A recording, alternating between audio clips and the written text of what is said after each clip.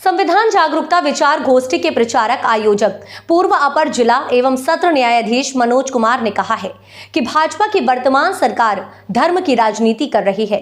आपको बता दें कि वर्तमान में मनोज कुमार नगीना लोकसभा क्षेत्र में गांव-गांव भ्रमण कर संविधान जागरूकता विचार गोष्ठी बैठकों का आयोजन कर जनता को जागरूक करने का काम कर रहे हैं। इसी क्रम में आज धामपुर, नाहटौर आदि स्थानों पर संविधान जागरूकता विचार गोष्ठी बैठकों का आयोजन किया गया, जिसमें मनोज कुमार मुख्य अतिथि रहे।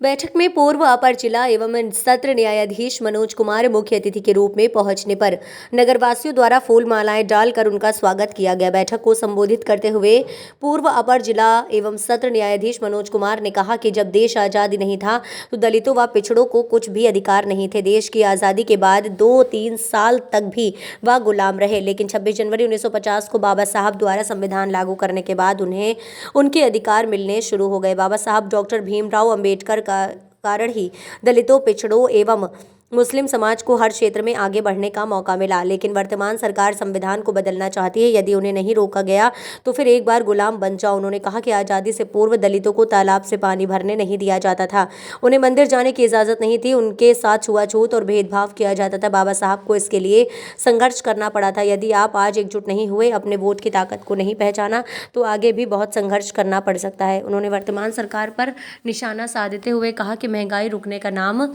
नहीं ले रही है, बेरोजगारी चरम पर है, लेकिन वर्तमान सरकार को ये सब दिखाई नहीं दे रहा है। बस सिर्फ हम लोगों को धर्म में बांट दिया है, हिंदू मुस्लिम की राजनीति कर रही है। हमें ये सब मिलकर खत्म करना है।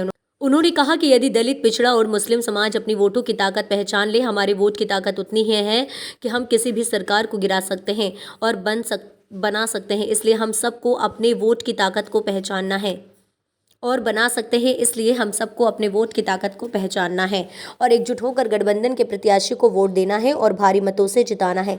इस दौरान मुमताज आरती, शहनवाज अहमद, चंदन चौधरी, मोहम्मद मारूफ, जावेद अख्तर सहित तमाम लोग मौजूद रहे। भारत के संविधान की ही बात क्यों हो रही है और बार बार ये कहा जा रहा है कि संविधान खतरे में है? बार बार, और खास करके जो मजलूम तबका है, जो कमजोर समाज के नेता हैं, वो बार बार कह रहे हैं कि संविधान खतरे में है, संविधान का गला घोटा जा रहा है, संविधान को खत्म किया जा रहा है, संविधान की हत्या की जा रही है।